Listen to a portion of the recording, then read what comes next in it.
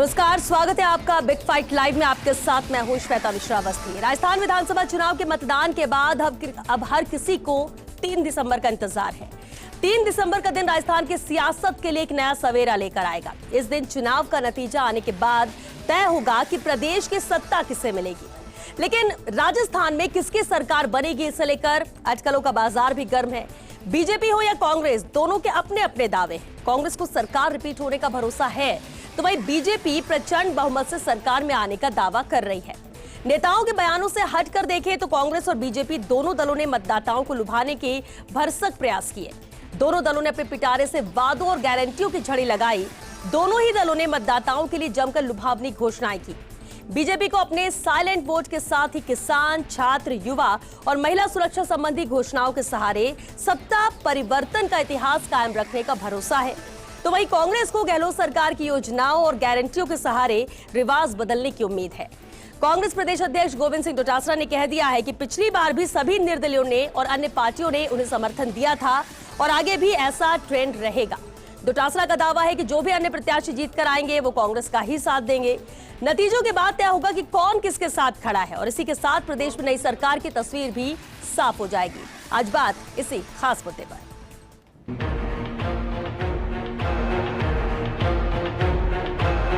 मैं ये पूरी तरीके से आश्वस्त हूं कि राजस्थान में कांग्रेस की सरकार पुनः बन गई। प्रचंड बहुमत से भाजपा की सरकार बन रही है। जो भी बीजेपी या कांग्रेस के अलावा वो विकास को और गुड गवर्नेंस को वोट करेंगे। तो किसमें कितना है दम, चलिए इस पर चर्चा के लिए हमारे साथ खास मेहमान जुड़ चुके हैं। सबसे पहले उनसे रूबरू करा दे आपको। हमारे साथ बीजेपी प्रवक्ता राखी राठौर जी हैं, कांग्रेस प्रवक्ता प्रतीक सिंह जी हैं, आप प्रवक्ता दीपक मिश्रा जी हैं और साथ ही राजनीतिक विश्लेषक मिथिलेश जैमिनी जी भी चर्चा में शामिल हुए हैं। बहुत स्वागत है आप सभी का बिग फाइट लाइव में। राखी जी, सवाल यही, किसमें कितना है दम, क्योंकि दोनों ही तरफ से दमखम दिखाया जा रहा है और दोनों ही तरफ से दावे ये कि हम जीत ही नहीं रहे बल्कि प्रचंड बहुमत से जीत रहे हैं। सबसे अहम आधार बीजेपी का क्या है, इस कॉन्फिडेंस के पीछे की वजह? देखिए श्वेता, हम तो हमेशा इस बात को कहते हैं कि 3 ऐसे मुद्दे हैं जिनके माध्यम से हम लोग इस चुनाव में गए थे और जहां पे कांग्रेस कहीं हमें टच ही नहीं करती। सबसे पहली बात, हमारा संगठन का ताकत। 52,000 बूथों पर हम लोगों ने जिस तरह से पन्ना प्रमुख तक का काम कर रखा है। संगठन में कांग्रेस में आपने देखा कि क्या स्थिति रही। इनके जो अध्यक्ष हैं, कई सालों महीनों तक जो है वो जिला अध्यक्ष भी पूरे तरीके से नहीं बने हुए थे। तो संगठन के बूते पर हमारा काम जो है वो बहुत बेहतर तरीके से रहा। दूसरा, केंद्र सरकार की तरफ से जो योजनाएं यहाँ पर चलाई गई, चाहे आवास योजना के माध्यम से 20 लाख लोगों के घर बनाने का काम किया हो, 46 लाख घरों के अंदर जल जीवन मिशन के माध्यम से काम किया हो, 85 लाख जो है वो टॉयलेट्स बनाए हो और 80 लाख किसानों के खातों में किसान सम्मान निधि का अमाउंट पहुंचा हो। 1 करोड़ से ऊपर आयुष्मान योजना के माध्यम से जो लाभ हुआ है, तो केंद्र सरकार की जो नीति थी उनकी जो योजनाएं थी वो राजस्थान के अंदर जिस तरह से इंप्लीमेंट हुई उसके माध्यम से हम जाएंगे। और तीसरी चीज, कांग्रेस सरकार की नाकामी। जिस तरह से बहुत सारी योजनाओं का दावा सभी लोग करते हैं, लेकिन धरातल पर उनकी क्या स्थिति रही ये आप सभी ने देखा। मैं तो एक पिक्चर दिखा करके अपनी बात की शुरुआत करना चाहूंगी कि जिस तरह से अशोक गहलोत जी ने 25 तारीख को जब वोटिंग थी तब एक फोटो ट्वीट की जिसमें वो राजस्थान के गले मिल रहे हैं। मैं तो ये कहना चाहूंगी, गहलोत जी एक ऐसे इंसान है जो राजस्थान के हर बार गले पड़े हैं। 98 के अंदर जब चुनाव हुआ कांग्रेस का, तो परसराम मदेरणा जी के चुनाव के नेतृत्व में कांग्रेस पार्टी ने चुनाव लड़ा, लेकिन अशोक गहलोत जी हमारे राजस्थान में मुख्यमंत्री बना दिए गए। 2008 में सीपी जोशी जी के नेतृत्व में चुनाव लड़ा, लेकिन गले पड़ गए गहलोत जी।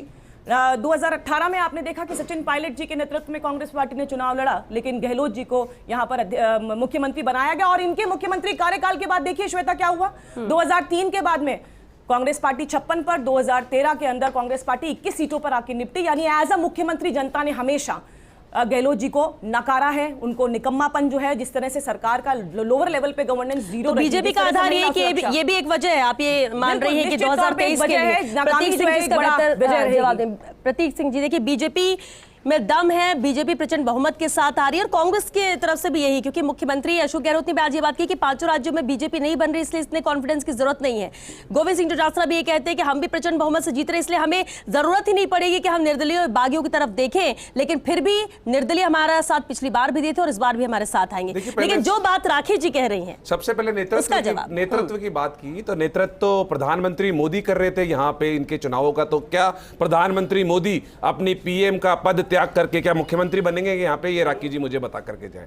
दूसरी बात ये कह रहे कि योजनाओं पे और जो सुशासन है वो नहीं हुआ, तो 4.5 साल में जितने भी उपचुनाव हुए, क्यों बीजेपी की जमानतें जब्त हुई, क्यों बीजेपी एक भी चुनाव नहीं जीती, ये भी बता करके जाए। तीसरा, अपने घोषणा पत्र के अंदर ही बोलते 450 रुपए का सिलेंडर देंगे, तो गुजरात वालों को क्यों नहीं दे रहे भैया? वहां चुनाव नहीं है इसलिए नहीं दे रहे क्या? उत्तर प्रदेश वालों ने क्या पाप किया है, मध्य प्रदेश वालों ने क्या पाप किया है, तो सबको दे दीजिए ना। और सेम जो 500 रुपए प्रति माह देते हैं किसानों को, तो जो 12,000 रुपए प्रतिवर्ष देने का वादा किया है वो पूरे देश में दे दीजिए ना। और जो टॉयलेट बनाने की बात कर रहे हैं, जो बाकी सारी घर बनाने की बात कर रहे हैं, आपको बता दूं उसमें 40% हिस्सा राज्य सरकार का होता है, इनका नहीं है। पूरा की 100% मोदी जी ने दिया, वो 40% हिस्सा राज्य सरकार उसका पैसा देती है। और एक और बात इन्होंने कही थी कि आयुष्मान योजना में यहां लाभान्वित हुए एक भी व्यक्ति आयुष्मान योजना में यहां लाभान्वित नहीं हुआ है। और इसीलिए कह रहे हैं कि अंडर करंट है, जो जनता ने ग्रामीण इलाकों के अंदर भर भर के वोट दिए, जो इतनी मात्रा में वोट हुए, जो महिलाएं बाहर निकली है, क्योंकि 1170 रुपए का सिलेंडर तो ये क्या, ये कांग्रेस की वजह से ऐसा हुआ? बिल्कुल कांग्रेस की योजनाओं की वजह से जो 1170 रुपए का सिलेंडर इन्होंने कर दिया था, जो 400 रुपए में हुआ करता था हमारे समय, हमने 500 का देना तय किया, इसलिए जनता बाहर निकली। जो 40 लाख महिलाओं को पेंशन मिल रही है वो महिलाएं बाहर निकली। यानी आप भी उसी बात को रिपीट करेंगे कि बहुमत के साथ सरकार कांग्रेस बनाएगी, 100% बहुमत के साथ सरकार बनाएंगे, और इनके ज्यादातर, और एक अभी आप नाम ले रहे थे राजेंद्र राठौड़ जी, उनकी तो खुद की जमानत जब्त हो रही है, जब 3 तारीख को रिजल्ट आएगा तो पता लग जाएगा। चलिए ठीक है, उस पर भी हम चर्चा करेंगे, क्योंकि 3 तारीख को रिजल्ट का इंतजार तो सिर्फ राजस्थान को ही नहीं है, पूरे देश को है कि आखिर राजस्थान में परिणाम क्या आते हैं, जनता किसके साथ जाती है, क्योंकि दावे दोनों ही पार्टियों की तरफ से मजबूती से पेश किए जा रहे थे। दीपक जी, आपका अब तक तो कोई स्टैंड राजस्थान में रहा नहीं है, लेकिन आपने इस बार चुनाव लड़ा, आम आदमी पार्टी ने बार बार उदाहरण दिल्ली और पंजाब का आप लोग देते रहे, लेकिन अगर जब दम की बात आती, सरकार बनाने की बात आती, तो 2 ही पार्टियां यहाँ पर, बीजेपी और कांग्रेस, लेकिन आम आदमी पार्टी अपने आप को कहाँ पाती है? देखिए, सबसे पहले मैं आपको ये बताऊं कि इन चुनावों के अंदर में, राजस्थान के अंदर में, दिल्ली और पंजाब की बात हम इसलिए करते हैं क्योंकि हमने वहां सरकार बना ली है। यहाँ पर आकर जो हमने बात की, वहीं के मॉडल की बात की, और कहीं ना कहीं मैं पिछले 6 महीनों की अगर बात करूँ तो मैं राजस्थान के हर कोने में गया हूँ।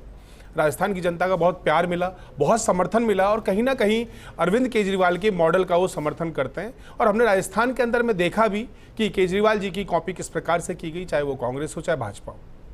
लेकिन आप जैसा कह रहे हैं कि हमको कहाँ देखते हैं, आप ये देखिएगा कि राजस्थान के अंदर में, इस चुनाव के अंदर में पहली बार ऐसा हुआ कि मुद्दों के अंदर में शिक्षा की बात हो रही है, स्वास्थ्य की बात हो रही है, वहाँ बिजली की बात हो रही है, पानी की बात हो रही है, सिलेंडर सस्ता करने की बात हो रही है। ये जो सारी बातें हो रही है, वो ही सारी बातें हैं जो हम कहीं ना कहीं दिल्ली में हम कर दिखाए। लेकिन ये तो बेसिक चीजें हैं, ये तो हर जगह बात होगी, ये सिर्फ आम आदमी ने पार्टी, लेकिन आप देखिएगा कि ये बेसिक चीजों पर, कहीं भी बेसिक चीजों पर चुनाव लड़ा कहा गया था राजस्थान में पिछले 25 वर्षों से। पर चाहे भाजपा हो चाहे कांग्रेस हो, कोई भी अपनी बातों को पूरा नहीं कर पाया, अपनी मैनिफेस्टो के वादों को पूरा नहीं कर पाया, जनता के हितों का ध्यान नहीं रख पाया। इस वजह से कांग्रेस को बदलकर भाजपा आई, भाजपा को बदलकर कांग्रेस आई। आप देखिएगा कि चाहे कांग्रेस के वादे हो, कांग्रेस की सारी गारंटियां हो, वो कहीं ना कहीं कॉपी करके अरविंद केजरीवाल जी की कॉपी है। और भाजपा की तो मैं बात इसलिए नहीं करता हूं कि 450 रुपए सिलेंडर की बात करने वाले लोग बाकी पूरे देश के अंदर में जो इनके राज्य है, वहां पर क्यों नहीं इनके सिलेंडर की बातें होती है। और एक और बात है कि इनकी बातों को इसलिए सीरियसली नहीं लेना चाहिए भाजपा को, क्योंकि कोई भी इनका गृह मंत्री उठकर आएगा किसी दिन और बोल देगा कि हमने चुनाव के समय में सिर्फ जुमले बोले थे। तो ये जुमलों की पार्टी है, तो इसलिए इनकी बातों को तो वैसे ही सीरियसली नहीं ले सकते हम। दिल्ली और पंजाब लेकिन के आप अंदर नहीं ले में, रहे हैं दीपक जी, हो सकता है जनता ले ले। अब जनता कांग्रेस को सीरियसली ले रही है, बीजेपी को ये कुछ कह नहीं सकते अभी कि राजस्थान के अंदर में हमने हमारे दिल्ली और पंजाब के मॉडल को रखा। जनता उसको वोटों में कितना तब्दील करती है ये बात की बात है, लेकिन पिछले 11 वर्ष के सफर के अंदर में आम आदमी पार्टी पूरे विश्व की सबसे तेज बढ़ती हुई पार्टी है। आज 2 राज्यों में हम बहुत सफलतापूर्वक सरकार चला रहे हैं। जो दिल्ली और पंजाब में हमने किया, उससे आज पूरा देश के सभी राज्य कहीं ना कहीं कॉपी करना चाहते हैं। तो यही हमारी सफलता है। चलिए ठीक है, अगर आप ऐसा मानते हो और ऐसा हो रहा है तो ये प्लस है आम आदमी पार्टी के लिए। इस बार ना सही, अगली बार चुनाव के लिए कह सकते हैं कि अपनी जमीन कहीं ना कहीं मजबूत करने की कोशिश के तौर पर इसे देखा जा सकता है, लेकिन निर्भर करेगा कि परिणाम क्या आते हैं। मिथिलेश जी भी हमारे साथ है, राजनीतिक विश्लेषक है। मिथिलेश जी, आपके एनालिसिस की बात करें, क्योंकि देखिए बीजेपी प्रचंड बहुमत के साथ आ रही है, बीजेपी कह रही, कांग्रेस भी यही बात कह रही है कि हम बहुमत के साथ आ रहे हैं, हमें जोड़ तोड़ की भी जरूरत नहीं पड़ेगी। दूसरी तरफ ये भी कहा जा रहा है कि इतना टफ इस बार का चुनाव है, ये सामने जो दिख रहा है रियल में वो है या नहीं, अंडरकरंट कुछ कुछ और चल रहा है, और ऐसे में ऐसी भी स्थिति बन सकती है कि हो सकता है एक तरफा सरकार ना बने, और ऐसे में जो बागी निर्दलीय है, आरएलपी या दूसरी पार्टियां हैं, उनकी तरफ भी देखा जा सकता है और उनसे बातचीत भी शुरू कर दी गई है। इन सब के बीच 3 दिसंबर के परिणाम किसके नजदीक जाएंगे? आपका एनालिसिस क्या कहता है? देखिए, निश्चित रूप से राजनीति में उत्कृष्टता और समृद्धता से भरा हुआ चुनाव के परिणाम से पहले बयान देना राजनेताओं का एक सगल है, चाहे भाजपा हो चाहे कांग्रेस हो। जब 21 सीटें आई थी तब भी अशोक गहलोत जी का बयान निकाल लेना 2 दिन पहले का, वो कह रहे थे कि किसी की जरूरत नहीं बनेगी। जब 56 आई जब भी यही बयान था, और आज जब परिणाम आने वाला है उसके पहले यही है। लेकिन सच्चाई यह है कि खुद अशोक गहलोत जी ने, जो हमारे सूत्र वो बताते हैं कि फोन करना शुरू कर दिया, उनको बधाई देना कि हमारे पास पक्का इनपुट है, आप चुनाव जीत रहे हो और आपको हमारा साथ देना है। ये मैं आपको गारंटीड बात कहता रहा हूं, जो शुरू कर दिया। इसका मतलब कहीं न कहीं वो नर्वस 90 के गेम में सफल होते नजर आ रहे। आप देखिए, 1998 से लेकर 2023 आ गए, अशोक गहलोत जी चुनाव तो जीतते हैं जनता की मदद से, और राज पाते हैं गांधी परिवार की मदद से। और जो सबसे इंपॉर्टेंट चीज है कि 24 तारीख को आपने अपने ट्विटर हैंडल पर सचिन पायलट का वीडियो ट्वीट किया, और बाद में कल परसों आप हैदराबाद गए और वहां जाके आपने फिर मानेसर राग छेड़ दिए। यानी आप काम निकल गया तो आप उस आदमी को फिर जलील कर रहे हैं। ये आपका ही तो नेता है। एक तरफ सिद्धिरमैया और डीके शिव कुमार के जॉइंट ऐड आते हैं फोटो के, आपने उसको फोटो से गायब किया, लेकिन आपने फिर वही सगल शुरू कर दिया। और जो सबसे महत्वपूर्ण चीज है वो ये है कि क्या 3 तारीख को अगर सरकार नहीं आती है तो डोटासरा जी और सीएम साहब क्या बयान देंगे उसकी भी तैयारी कर ले, क्योंकि जो सच्चाई है वो थोड़ी इतर है। क्योंकि जो राजस्थान की रिवाज है, रवायत है, उससे राजस्थानी बहुत मोहब्बत करते हैं। तो आप रिवाज और रवायत बदलने के लिए, हो सकता है बीजेपी में भी अंडर 19 का गेम, अंडर 90 खिलाने की नर्वस 90 का गेम वसुंधरा राजे जी ने किया हो, और दोनों मिलकर ये सोच रहे हो कि दोनों 90 के अंडर आ जाएं तो राज हम बना लें। लेकिन राजस्थान का जो वोटर है बहुत इंटेलेक्चुअल है, और वो बहुत इमोशनली डिसीजन अपना बनाता है, और वो डिसीजन साफ सुथरा आएगा। इसलिए कहीं न कहीं बड़बोलापन करने से ज्यादा बेहतर है। मिथिलेश जी, इसे तो ऐसे भी देखा जा सकता है कि दोनों तरफ से भी ऐसा हो सकता है कि हम एक तरफा सरकार ना आए, क्योंकि अगर एक तरफा सरकार आई तो कुछ 1-2 चेहरे जिनकी वैल्यू खत्म हो जाएगी, और अगर बनाकर कोशिशों के बाद सरकार बनाई जाएगी तो शायद उनकी वैल्यू रहेगी और उनको वो मिल सकेगा जो वो चाह रहे हैं। देखिए, खुद सीएम साहब कहते हैं कि खलक की आवाज खुदा की आवाज होती है, और खलक की आवाज ये है कि वो क्लियर मेजोरिटी देने जा रही है। आप और हम सब बैठकर यहाँ कमरों में बंद कयास कितने ही लगा लें, ये तय मान लेना कि राजस्थान की जनता इस बार कहीं न कहीं क्लियर मेजोरिटी देने जा रही है।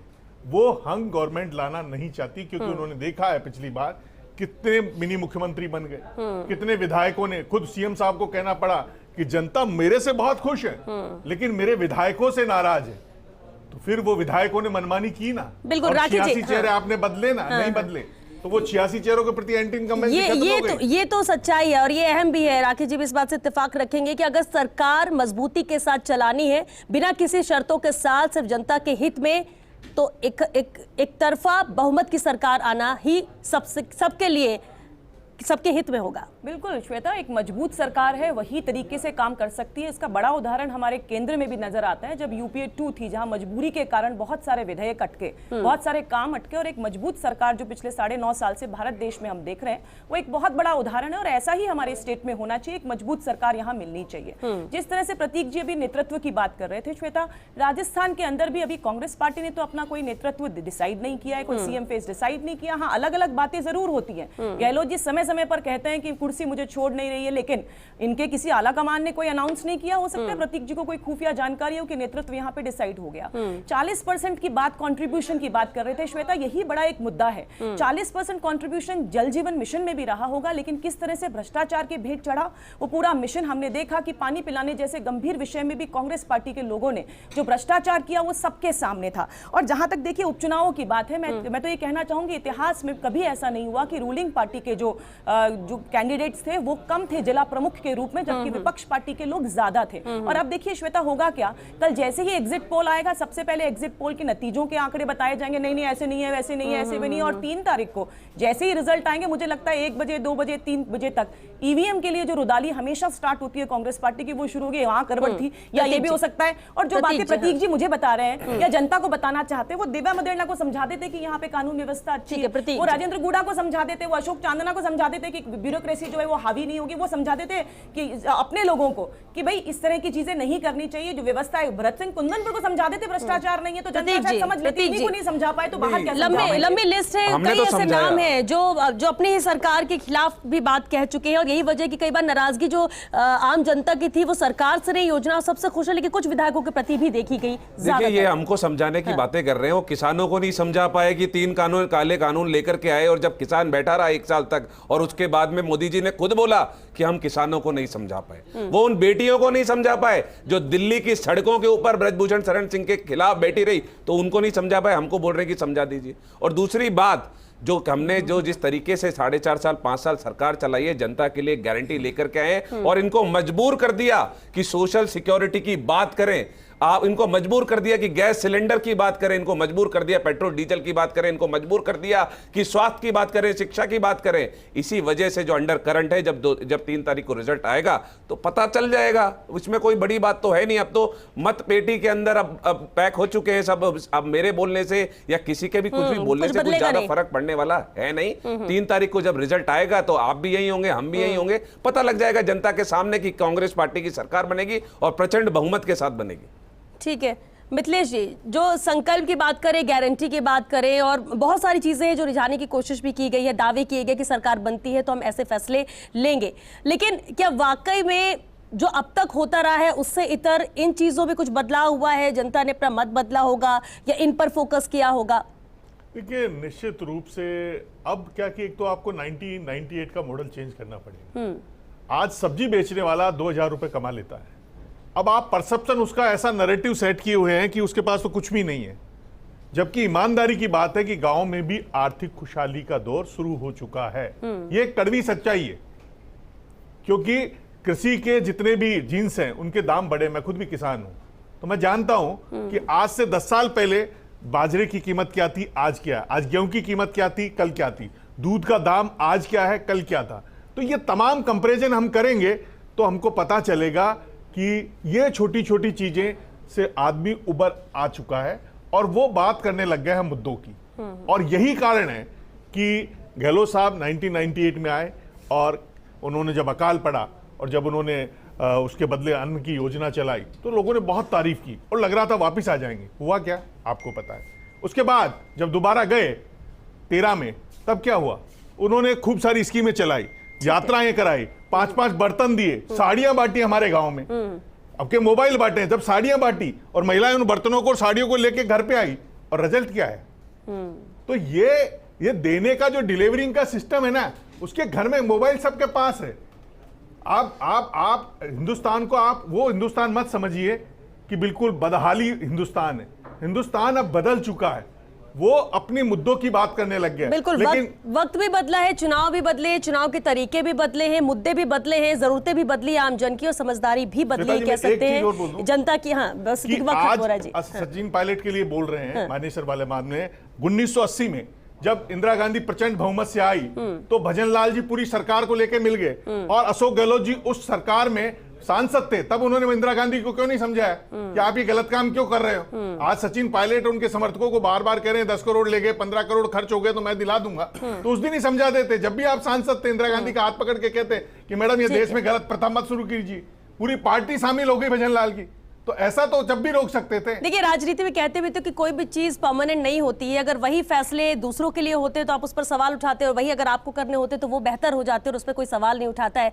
तो फायदे के लिए ही चीजें होती हैं जहां अपना फायदा हो।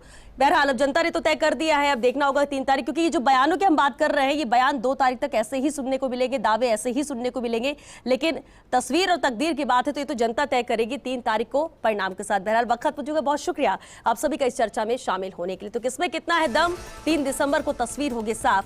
बने रहिएगा फर्स्ट इंडिया न्यूज के साथ। फिलहाल बिग फाइट लाइव में आज के लिए बस इतना ही। नमस्कार।